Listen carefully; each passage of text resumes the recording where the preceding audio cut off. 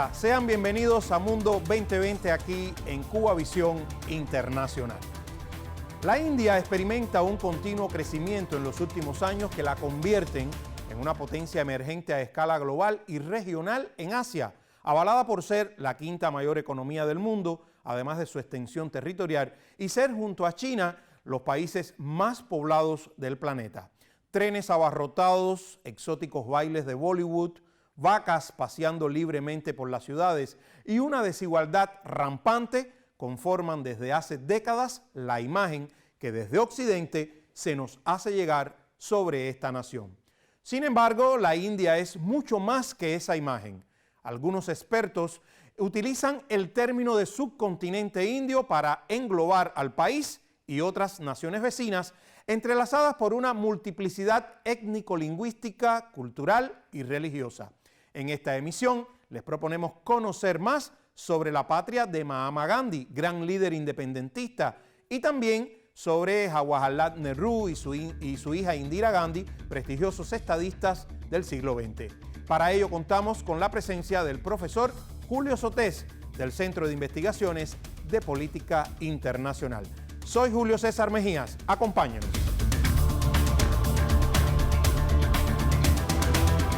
Bienvenido, profesor Julio Sotés, profesor del Centro de Investigaciones de Política Internacional. Un placer contar con usted acá por primera vez en Mundo 2020. Profesor, sería bueno en este programa que le vamos a dedicar al rol geopolítico de la India, que nos haga una breve referencia a la nación, su proceso de independencia del Reino Unido, la estructura política gubernamental y legislativa actual, y sobre todo que se refiera a esa decisión que hemos conocido recientemente de pasar a llamarse Bharat, aunque en realidad no es una terminología nueva para los nativos. Es un gusto estar con usted aquí, gracias por invitarme. Primero que todo debemos partir del presupuesto de que la India obtiene su independencia el 15 de agosto de 1947, después de un proceso de varios siglos de dominación del imperio colonial británico. La India no necesariamente fue dominada todo este tiempo por los británicos, sino que vivió un proceso de asimilación de otros grupos, de otras etnias, que todo eso influyó en el carácter multicultural del país. Con la revolución de los cipayos entra en la India un proceso de mecanismos de reproducción capitalistas, de producción capitalista, y es donde empieza a forjarse un sentimiento de nación, un sentimiento nacional, de autonomía y luego de la independencia. Después, en 1885, a partir de la década de 1880, empiezan a formarse grupos políticos de poder, tal es el caso del Congreso Nacional Indio, y todo eso fructificó a lo largo del siglo XX en ideales independentistas, con las figuras de Gandhi y Nehru como principales bastiones. Todo eso ocurre, todo eso sucede, y a partir de 1947, en 15 de agosto de 1947, es que ocurre la independencia de la India. Y te decía que más o menos cómo es la estructura política, gubernamental, desde el punto de vista legislativo, algunas características generales. Sí, bien, la India por constitución se define como una república democrática parlamentaria de corte federal. Está compuesta por tres poderes, principalmente tiene la tripartición de poderes. El poder ejecutivo, cuya figura principal es la presidenta o el presidente de la India, en este caso actualmente es una presidenta, es una mujer procedente de una minoría étnica. El ejecutivo además cuenta con la figura del primer ministro, que es el que ostenta el poder ejecutivo como tal, y de un consejo de ministros. El poder parlamentario radica en el parlamento propiamente dicho, que está dividido en dos cámaras, la Cámara Alta y la Cámara Baja. La Cámara Alta actualmente contiene 245 miembros elegidos indirectamente por 6 años, y la Cámara Baja tiene 543 escaños elegidos por 5 años de manera universal y directa, o sea, de carácter popular. Profesor, la India es una nación con varios idiomas o lenguas, incluso algunas son varias, tienen carácter nacional, otras solamente locales en determinados estados, porque es un estado federal. Y también hay presencia de diversas manifestaciones confesionales y religiosas. ¿Cómo se puede decir que impacta hacia lo interno esa multiplicidad lingüística y étnico-religiosa, y también con respecto a sus vecinos más próximos, algunos de los cuales formaron parte en algún momento de todo aquel conglomerado que fue colonia británica. Antes de hablar de la multiculturalidad, creo que se nos había quedado el tema de la denominación de Bharat. La denominación de Bharat, muy cierto. La denominación de Bharat, que ciertamente fue un rumor que surge a raíz de la cumbre del Grupo de los 20, del G20, recientemente finalizada ahora en septiembre de este año. Y todo sucede por la invitación oficial que hace la presidenta y el primer ministro indios a los líderes que asisten a este evento, que asistieron a este evento, en cuya denominación no aparecía presidenta de la República de la India, sino que aparecía presidenta y primer ministro de Bharat. Realmente es un rumor, no se ha oficializado como tal desde el punto de vista gubernamental. Sin embargo, es necesario recalcar que en la Constitución de la India abre con un primer artículo que dice India, es decir, Bharat. Entonces, un término no niega al otro. Incluso, por eso es que nos dicen los expertos que no es un término, no es una terminología nueva para los nativos. Para nada, no es una terminología nueva, aunque se ha suscitado varias controversias a lo interno del espectro político de la India, principalmente a lo interno de la oposición india que se opone, obviamente, al gobierno que está en el poder de Narendra Modi. Bueno, y le había preguntado que cómo impacta esa multiplicidad étnico-lingüística y religiosa, confesional, hacia lo interno y también hacia sus vecinos más inmediatos. La cultura de la India se ha forjado por miles de años con la asimilación de nuevos pueblos y de nuevas culturas. India actualmente es uno de los países de Asia Sur con más nivel de diversidad cultural. India, en su seno histórico y demás, India, los ideales de Gandhi y de Nehru, precursores de la independencia de la India en 1947, estuvieron enfocados hacia la tolerancia religiosa y hacia la unidad en la diversidad. Debemos tener en cuenta que no solo India es multicultural. Multicultural hablamos como el paraguas, pero India es multirracial, multiétnica, multireligiosa.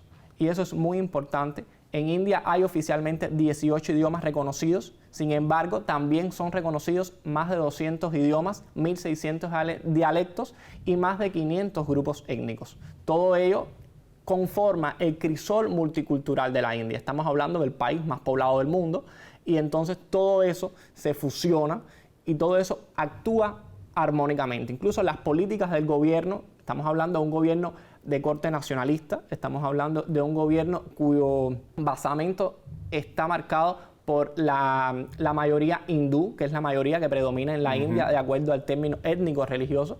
Y entonces las políticas multiculturales de la India también están dirigidas un poco a visibilizar esas minorías, a protegerlas y a disminuir un poco esos conflictos que pueden surgir al seno de la India en el aspecto étnico-religioso.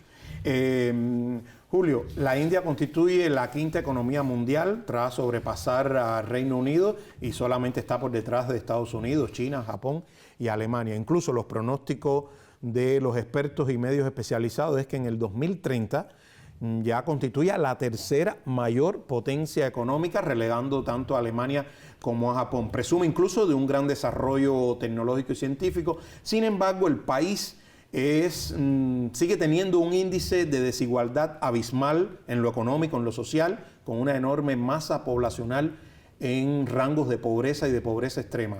¿Qué elementos inciden en ello? Digamos, esa enorme población que tiene, que ya ha sobrepasado a China, como bien usted lo dijo hace algunos instantes, el sistema de castas aún imperante. ¿Qué nos puede decir al respecto? A ver, ciertamente la India se convierte a finales del año pasado, a finales del año 2022, en la quinta economía del mundo, sobrepasando a su exmetrópoli Inglaterra, exactamente a 75 años de su independencia, que fue muy celebrado en la India y en el resto del mundo por las comunidades indias, la diáspora india y demás. India actualmente, como ya le dije, es la quinta economía del mundo. Las estimaciones del año pasado del crecimiento económico de la India aproximan un 6,8% de crecimiento de su Producto Interno Bruto. Para este año se prevé un 6,1%, incluso para el 2024 se prevé entre un 6,8% y un 6,9%, y como usted mismo dijo, mantener un alto crecimiento, y como usted mismo dijo, para el año, las estimaciones, las proyecciones para el año, incluso para el año 2027 hasta 2030, India plantea convertirse en la tercera economía mundial. Todo eso está influido por diferentes factores. Primero está el tema poblacional. La India es el país más poblado del mundo, Recientemente se convirtió, desbancó a China en el país más poblado del mundo.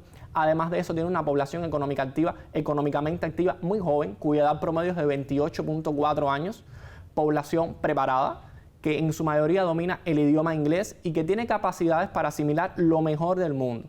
Aparte de eso, India apuesta por una economía digitalizada, una economía enfocada hacia la información, las telecomunicaciones, y también tiene sectores de la economía muy fuertes, tal es el caso del turismo, la manufactura, el tema de la deslocalización global, que India ha apostado muy fuerte, incluso establecer, con este conflicto que hay entre China y Estados Unidos, establecer subsidiarias tanto de Apple como de Samsung en su país, y también está apostando muy fuerte por el desarrollo de las micro, pequeñas y medianas empresas. Y esto es muy importante. A su vez, estos factores son los que posibilitan, quizás es desde mi punto de vista lo que posibilitan un poco esta paradoja existente entre India como gran potencia e India desigual a lo interno del país. Todavía existen el tema histórico de las castas que fue impuesto desde la introducción de los arios, la colonización de los arios y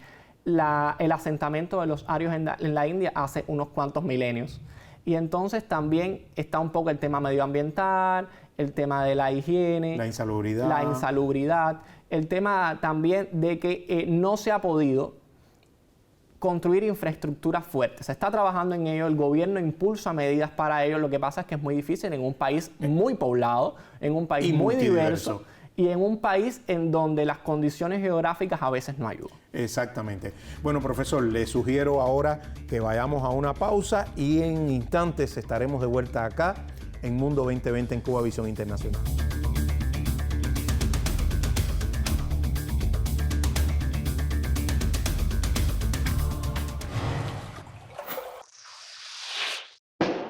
Me gusta viajar al pasado para hacerle preguntas.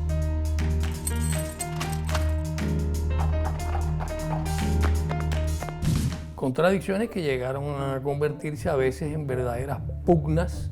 ¿Quién podía detener a la mujer en el largo camino de la independencia? La historia es una fuente para aprender de los errores que nos antecedieron.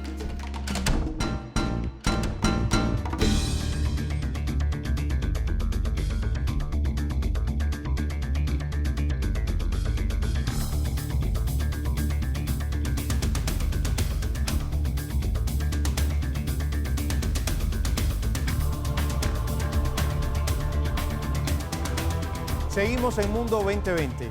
India es un gigante económico, militar, cultural y tecnológico. Su crecimiento económico es aparentemente imparable y su poder regional y mundial ya es evidente. Sin embargo, su hándicap lo siguen siendo las abismales desigualdades económicas y sociales, los elevados índices de pobreza y pobreza extrema, la insalubridad y las complicadas relaciones con las naciones vecinas. Elementos de peso que centran la atención del gobierno encabezado por el primer ministro Narendra Modi. Precisamente el tema de las relaciones exteriores es prioridad para el gobierno indio y no por gusto se centran en dos políticas de trabajo. Vecindad primero, en inglés Neighborhood First, y actuar en el este o at east, centradas en temas como la seguridad regional, el enfrentamiento al terrorismo y también en la cooperación económica, comercial y tecnológica con vecinos inmediatos como Bangladesh, Nepal, Bután, Sri Lanka, todo el sur de Asia y más allá con los países de la Asociación de Naciones del Sudeste Asiático, la ASEAN, y también con el este del continente. Para profundizar precisamente sobre estos elementos clave desde el punto de vista regional y también sobre el creciente papel de India en la consolidación de un mundo multipolar a partir de su protagonismo en el grupo de países BRICS y de la Organización de Cooperación de Shanghái, les propongo volver con nuestro invitado, el profesor Julio Sotés. No se vayan.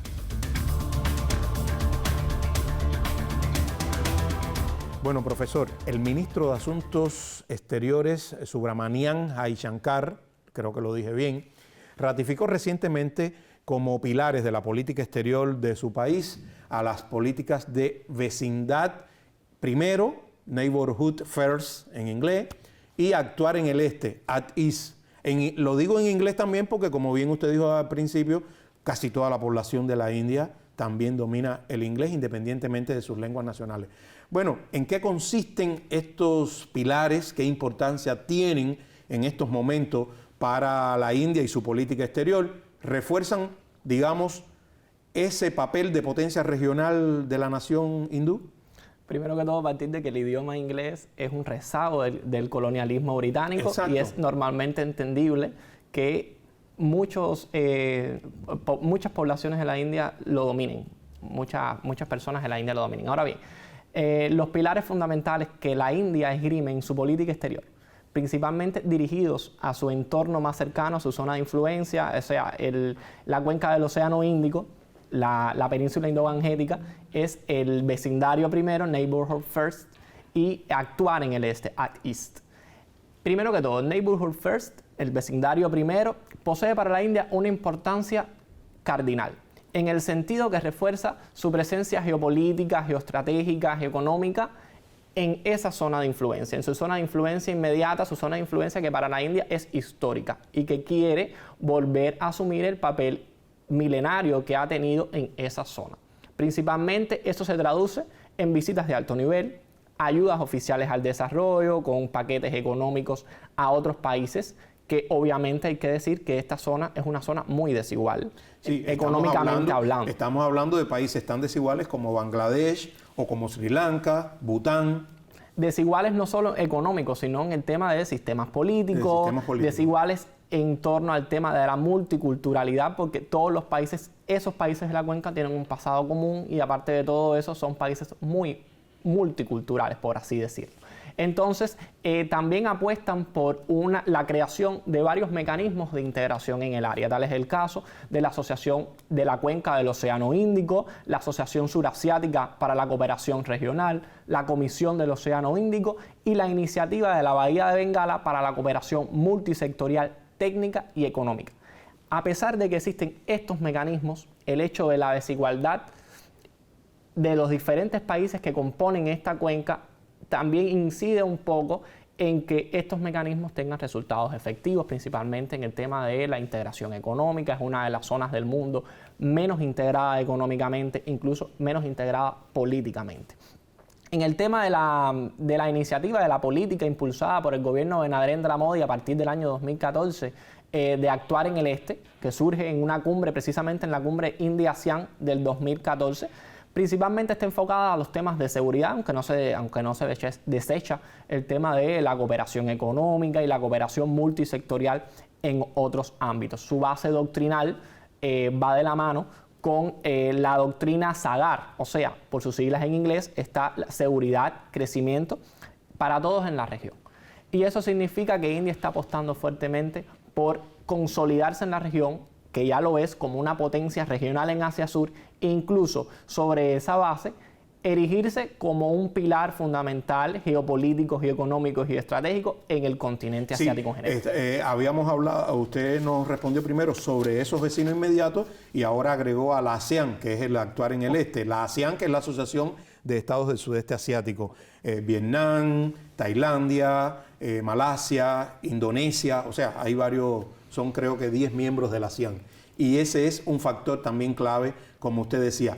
Pero antes de llegar a todo este momento en que se está convirtiendo en actor regional, se produjo el fin del colonialismo, que lo mencionamos al inicio, trajo consigo el surgimiento del conflicto entre la India y Pakistán, porque estamos hablando de vecinos y estamos hablando de la ampliación hacia el este, pero no podemos obviar que son dos estados colindantes que en algún momento formaron parte de una misma colonia.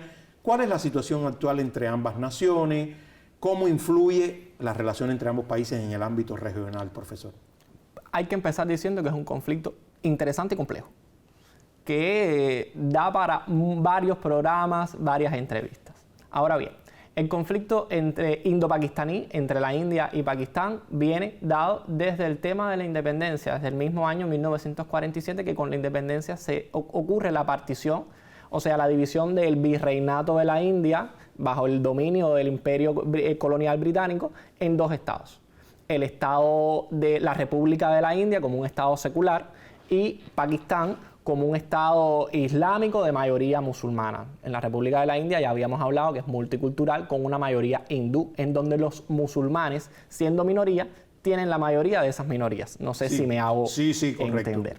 Ahora bien, estas contradicciones históricamente se han expresado en los ámbitos militar, en los ámbitos políticos y en los ámbitos económicos, y ha sido el centro de muchas de las dinámicas regionales, no solo de las dinámicas bilaterales, sino de las dinámicas multilaterales, porque también este conflicto influye en la estabilidad de la región, influye en llegar a consensos y llegar a condiciones prácticas, a acciones prácticas dentro de las propias organizaciones que antes les había mencionado. Ahora bien, entre los años 1947 y 2000, este conflicto se derivó en enfrentamientos armados que fueron 4 de gran intensidad, y luego diferentes escaramuzas militares. A partir del 2000 y hasta el año 2018, esto se alternó, o sea, las escaramuzas militares, o sea, el tema de tensiones con condiciones de distensiones, condiciones de paz, que obviamente fueron interrumpidas por la elevación nuevamente de las tensiones.